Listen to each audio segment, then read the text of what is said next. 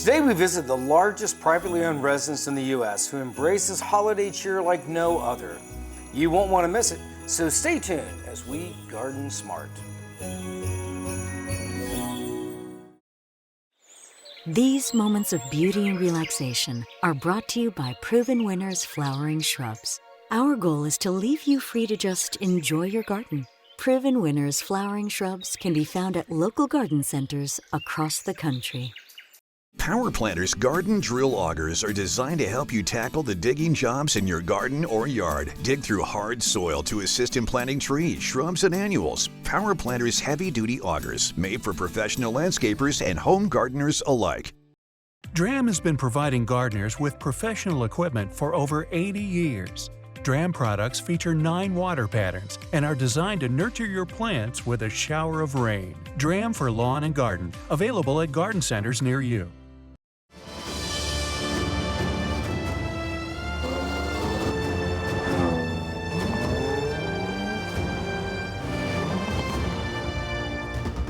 The Jaguar F-Pace.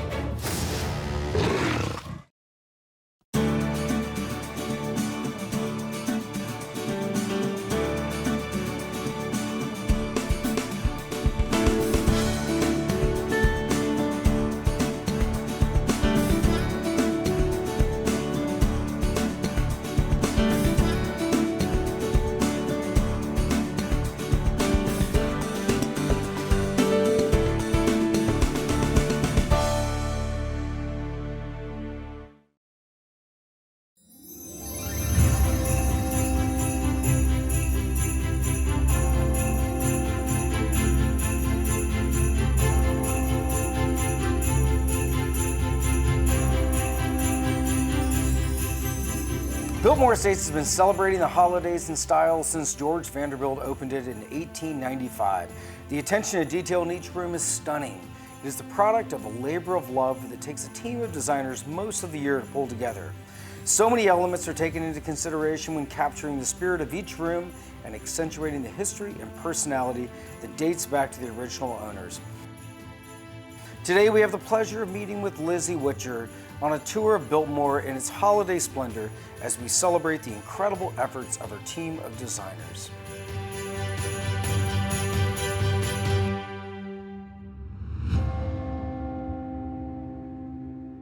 Lizzie, thanks so much for joining us. Welcome to the show. Thank you. So George loved gardening and he loved gardens, and so I think it's very apropos that one of the first things you see when you walk into this beautiful home is this atrium that's full of exotic plants, and that of course was very, very important to him. Yes, it was. George was an avid collector of palms, which was popular at the time, and he included in his house a beautiful space to display them. This would have been a space where he was able to enjoy plants year-round. That was its purpose. It's a very dominant feature in the home, and he'd be able to change things out, bring things up from the conservatory, bring things back down from here. So it was an ever-rotating, permanent display of his collection. Yes. From pictures we know was even fuller than what you see today. We maintain quite a few large plants in here, but we know that George had even more. We like to make sure the site view for guests is visible all the way around, but we know that it was quite full in his time. And a lot of these plants, because of their size, are quite old, and our team is in here every single day watering and caring for the plants and making sure that they continue to look great for our guests. Absolutely. So this must be a super fun room to decorate for Christmas. Tell me something about the design and what the intent of the designers were for this space. Yes, yeah, it is a room that designers are either intimidated to take on or they're really excited about it. They all really love this room because of just number of plants that are in here. We have a lot of, obviously, plant lovers on our team. Callan Sharon is who designed this room this year. She wanted to use a lot of rich jewel tones. She very specifically wanted to do the draped garland in the ceiling. She was on scaffolding for 2 days putting this up, and our engineering team assisting hardwiring the lights into the chandeliers. Wow. It's beautiful, and it has been getting a lot of attention this year. And so what a lot of people don't know when they tour Biltmore and they see these beautiful decorations is it takes a lot of people to make this happen. And you've got quite an amazing team behind you. How many designers are working on the house, and how many rooms are under your care every season? Well, we have just 10 designers on the team, but Okay. I definitely like to acknowledge it takes so much more than that. Just within the house, this year we put up 67 trees. In the 250 room house, we do not decorate every single room, but a large majority of them. But beyond our 10-person team, there's help that we get from our housekeeping team, our engineering team, our horticulture team is involved. A lot of the poinsettias that you see are grown here by our horticulture team. Takes an army. Everyone here at Biltmore is really connected to this house, and there's a deep sense of history here. There's a deep sense of wonderment, and the holidays are really a celebration of the sights and the sounds and the smells of Christmas. And one thing I'm noticing with this room is it almost has like an amphitheater kind of feel to it, and you would imagine where there might be musicians playing Christmas carols in here for guests, and it just would be such a spectacular way to be greeted upon entering the estate. It does have great acoustics, so at Christmas time we have choirs, musicians, pianists in here playing Christmas songs for, like you said, that multi-sensory experience, the fresh evergreen smells, the music, of course, the beautiful decor. It's all-around experience. Wow, well, it's a magical place. Lizzie, we've got so much to see. Let's take a tour of the house. Yes, let's go.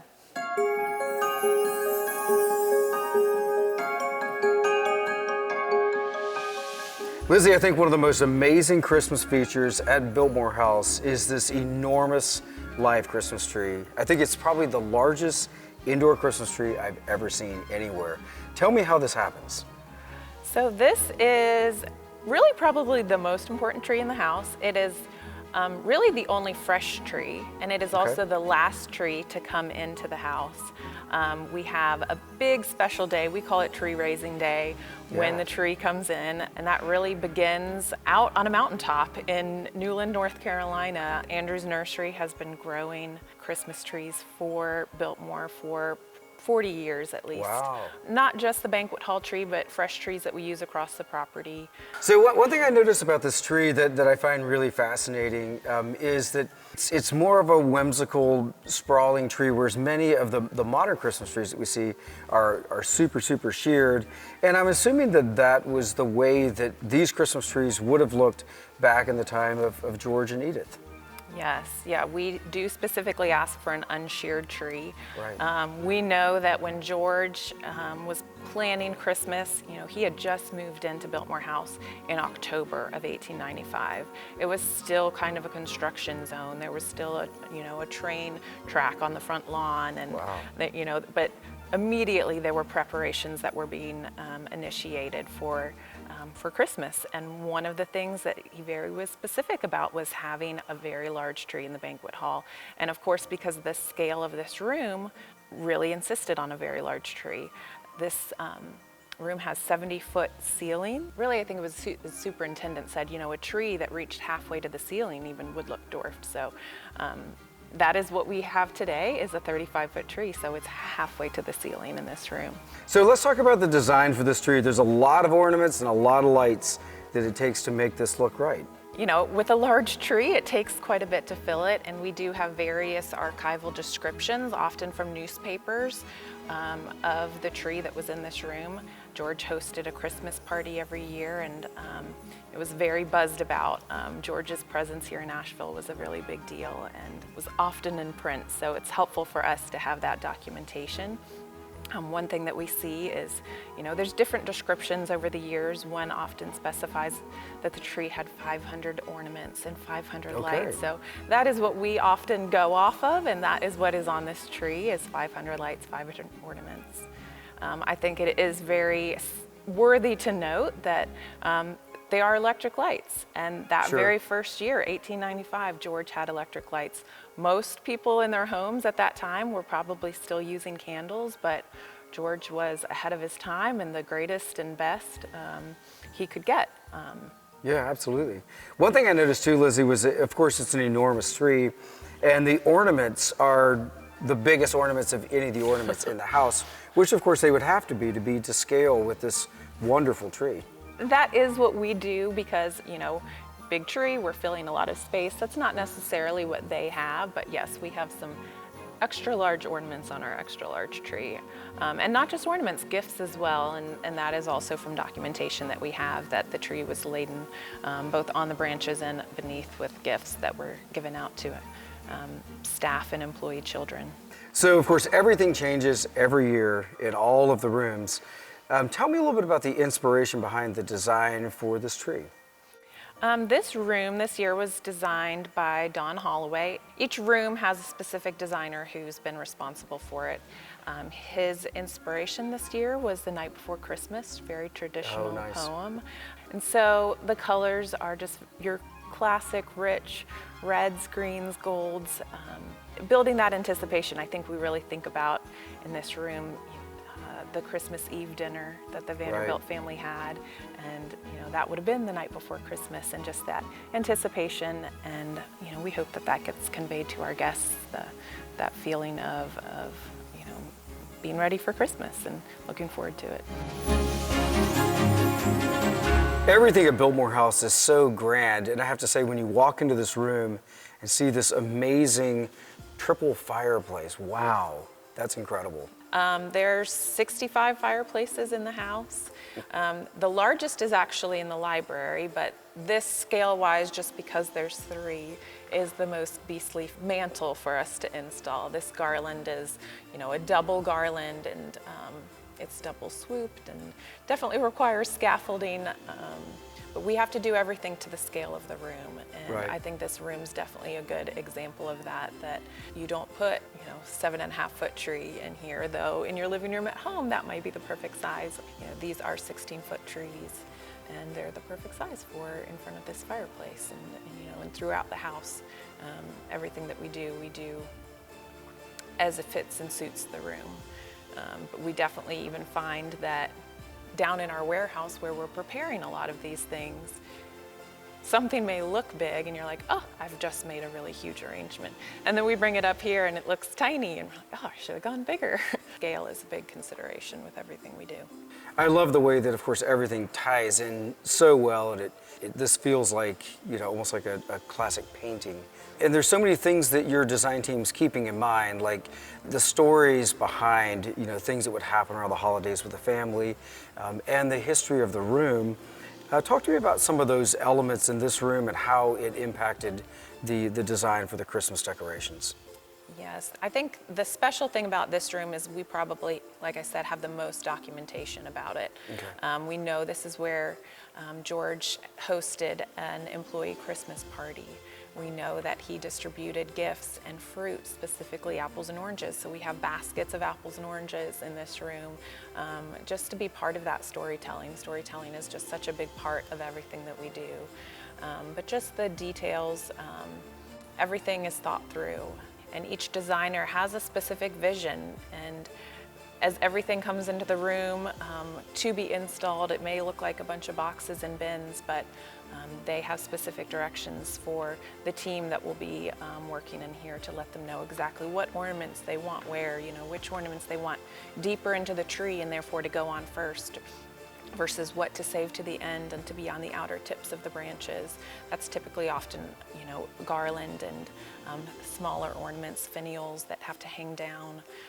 We are very particular about our trees, and I almost even challenge guests who come here to find a crooked ornament, because everything should be perfect and straight, and that's important to us because we know that so many people are going to be viewing it and appreciating it, and we don't want, sometimes for a lot of people, one crooked ornament's just going to throw everything off. So yeah, and the attention to detail it's evident in every single aspect. There's nothing that we can look at in any of the rooms where it doesn't feel thoughtful, it doesn't feel intentional. And the fact that all of these designs are redone every single year is fascinating to me. We don't just pack all this up and put it back up exactly the same next year. And that is really why our planning process starts so early. So it enables us to be able to put things away in a way that is helpful for us for the next year.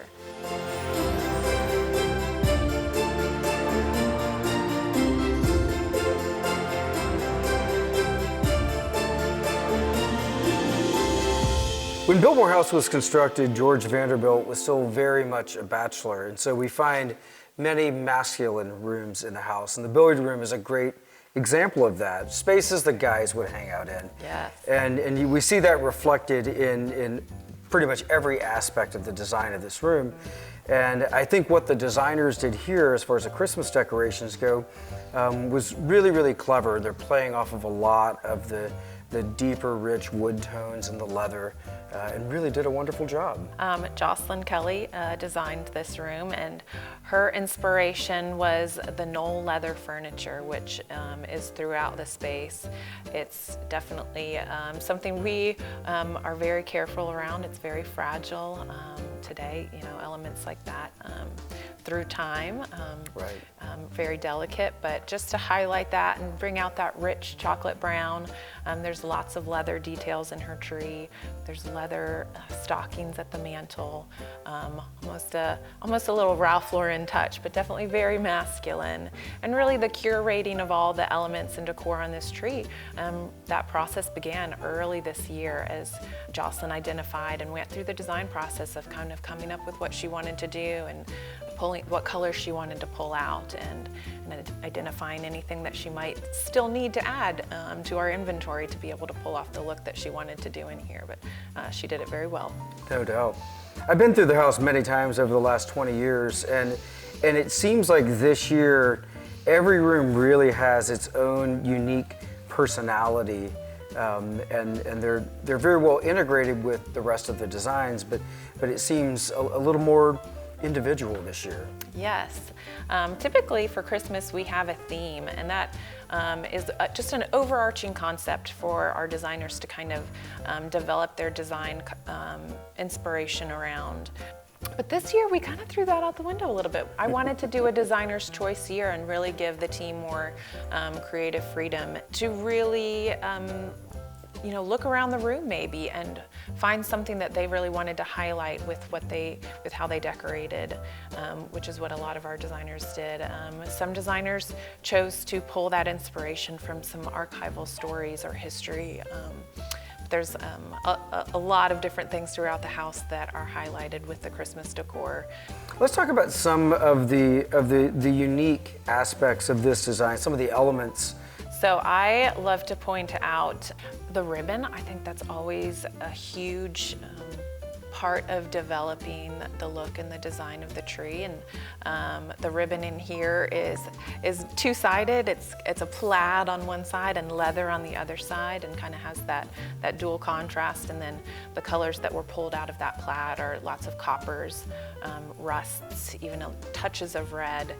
But you'll see even has a natural touch to it. So right. There's little wooden mushrooms and woodland animals along with kind of those, you know, as we see there's animals in this room. There's a lot of animal heads that George actually purchased from a catalog. He did not go and hunt those himself, but every ornament has been thought through. No doubt. One thing I noticed when I first walked into this room were the copper magnolia leaves. My mother used to pick magnolia leaves, spray paint them gold, and it actually reminded me of Christmases when I was a kid, and it was just really heartwarming. The Tapestry Gallery would have been an amazing place for entertaining, and I love the energy that's here. This really, really feels like Edith. Yes. So there's kind of a lot to point out in this room. Callan designed this room, and she really wanted to highlight Edith Vanderbilt, who, though she was not here at that very first Christmas, she was definitely just a big presence and a big force, not just at Biltmore, but in the community of Asheville and in the Blue Ridge Mountains. So that is really what Callan wanted to highlight, kind of her contributions, her accomplishments here in the Blue Ridge.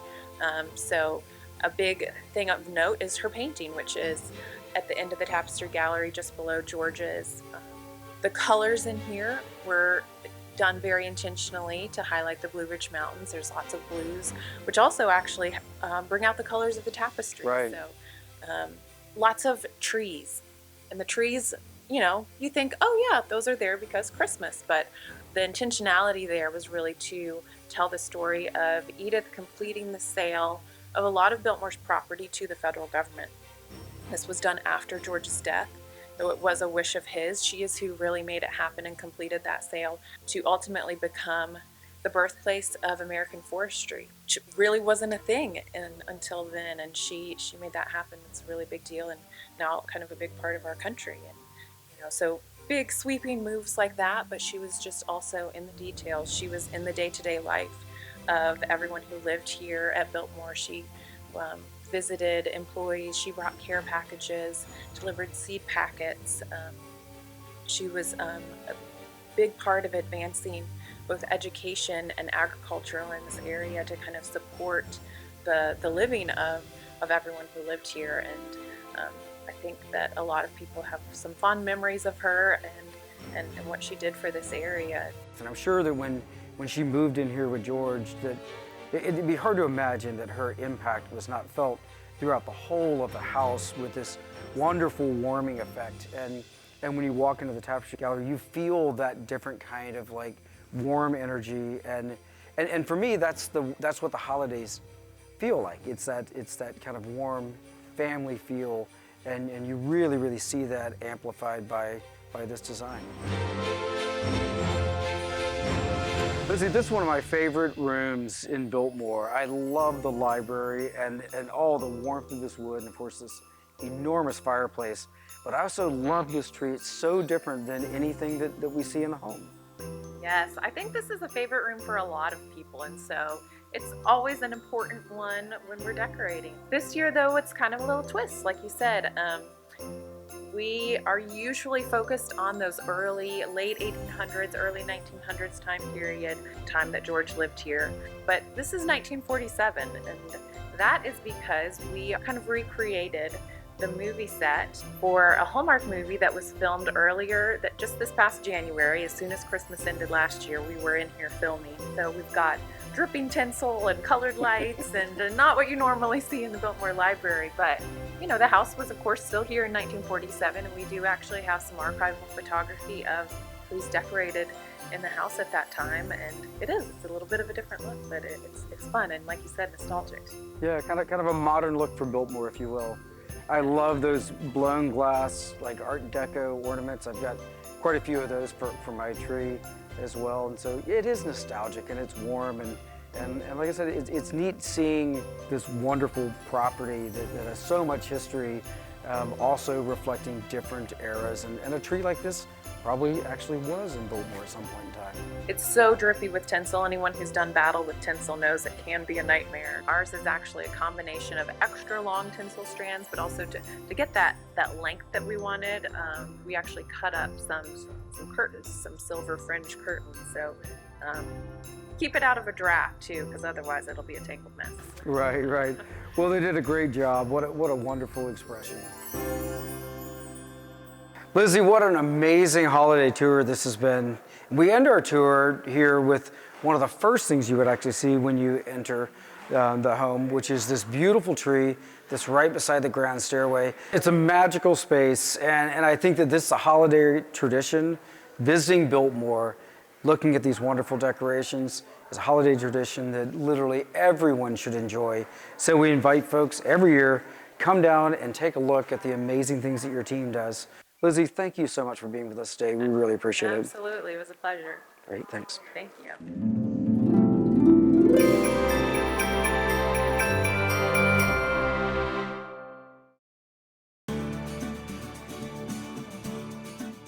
Each week we travel the country north to south, east to west, visiting some of the most exciting gardens, as well as talking to industry horticulturalists about design principles, new plants, and also how you can be most successful with your home gardens. We also love answering your gardening questions, so visit us on the web at GardenSMART.com.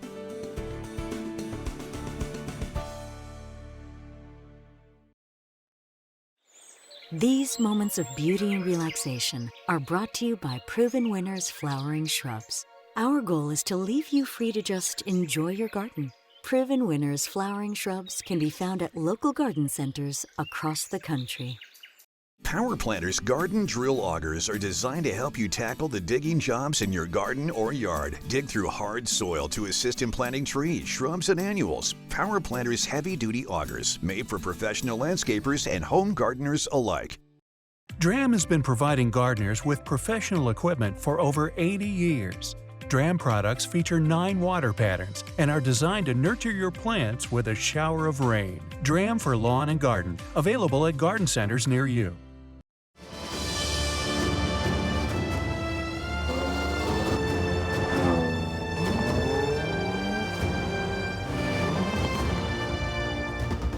The Jaguar F-Pace.